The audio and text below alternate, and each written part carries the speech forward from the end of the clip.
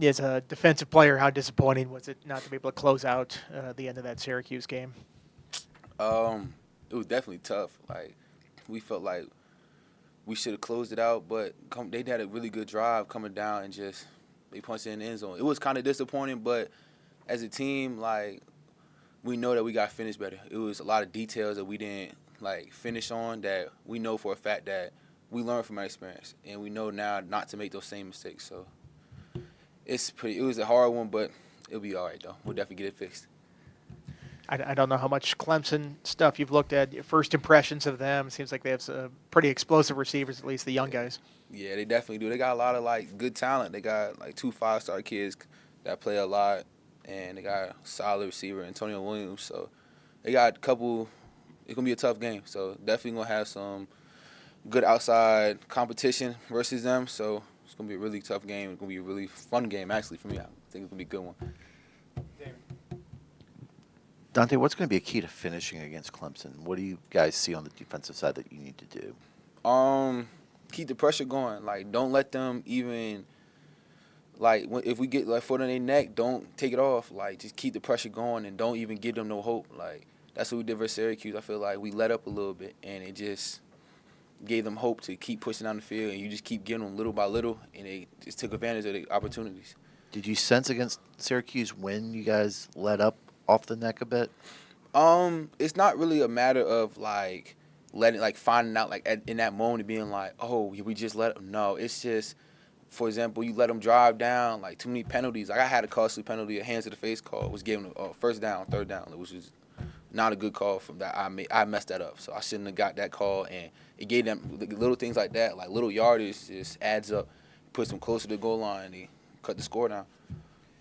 How do you feel being pressed into duty there in the fourth quarter when Mansour got nicked up?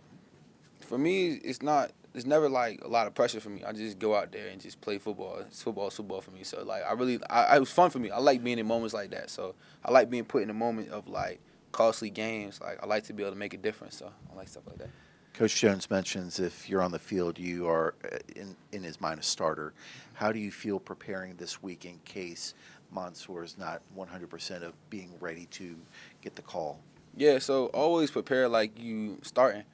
Like for example, like Miami game when I started, I didn't know I was starting. So, but it was less preparation of just being able to know your job. Never go out there not knowing what's going to happen, because once that happens, to be that time where your number is called. So I feel like my preparation definitely helped me be able to be prepared for that moment. Back of the room, Jermaine. Dante, appreciate your time, sir. I got to ask you, when you look at where you are in the season, of course, the tough losses, but what's the mindset knowing you guys still have a lot to play for, knowing if you win one of your last three, you're in a bowl game, but what's that mindset with the team on that? Mindset the rest of the season is win out. That was our mindset going to Syracuse. We just had a tough loss where I feel like everyone's, even though we lost, we still have the mindset of we're going to go in and still win out. Like we still have a bye week to make sure we get healthy going into Duke and UVA. And I feel like that's going to be a big key to success, and not letting up there and putting gas on just stepping on the pedal and going, and just going full head of steam for the rest of the season.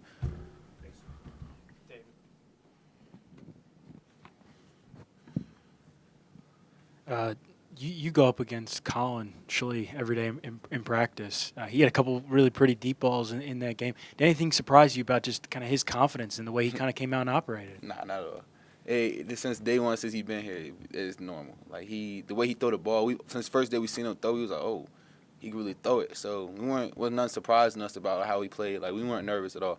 It was just like he'll be fine. He's been in moments like that before. He don't play at bigger schools, so he definitely been in that moment. He definitely knew what to do, so he was good. Stephen Gosnell had his first career 100-yard game, I think over 100 yards in like the first half. I know you go up against him a lot too. What can you just say about his confidence and leadership and kind of how he ties the whole room together? Yeah, he's like a sleeper. Like you not like a lot of time people might not like a test for him, but like he's a really good player. Like his route running is really good. Like in the spring, for example, his routes be really really good. So like he's a hard one to guard. Actually, he's one of the hardest ones to guard on the team because he's he's quick. Like he might not be the fastest, but he's fast. Like you might not be able to catch him. Like he'll hit you to move and be gone. Like you try to catch him, it's not gonna work. So he's definitely a really good player though. Damien asked you a little bit about the second half. I'm curious, in the first half, in your mind, what worked so well for you guys, forcing turnovers and whatnot, and where do you feel like it was different in the second half, I guess? First half we got off the field when we were supposed to get off the field. Like we just 3 and out, and then the second half we just let them be on the field too long. Like it was just too much, like long drives. Like one of the drives was like 15 plays. Like the drive, the ending, like when they scored, it was like a 15-play drive. So we just let them stay out there too long. And when the offense is out there on the field that long, a lot of things don't go well for the defense. So we just got to get off the field more. I don't know if you saw the finished product of the video last week. They were asking everybody who on the team wouldn't survive in a horror movie.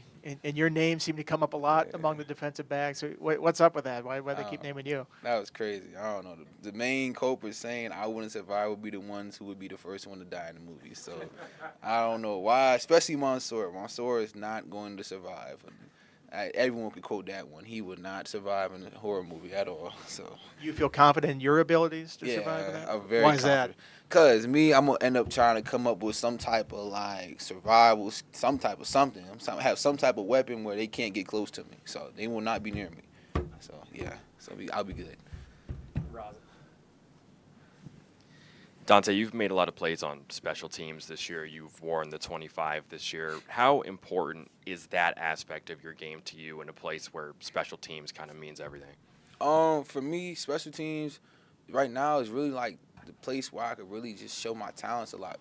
Playing behind Mansour and Dorian, who are two really good players, it's kind of hard sometimes to get on the field when they're out there all the time. And they're really good players, deservingly being out there. So when I'm on special teams, it just gives me a chance to go out there and make some plays, just somewhere where I know for a fact that I can make impact in the game. And I feel like being on special teams, I definitely could change the outcome of the game. Like a couple plays I made, it's like if they would have broken them, they would have been out of there. And it's stuff like that where if you make them plays, you can change the outcome of the game. And I feel like that's the best way how special teams should be played. Like I saw a lot of the kids on our team play special teams, like try to change the game, like make an impact where you can. So It was around this time last year that you kind of got to see more reps on the field, and now you're out there a lot more often. Where do you feel you've grown the most in your game from this time last year to right now?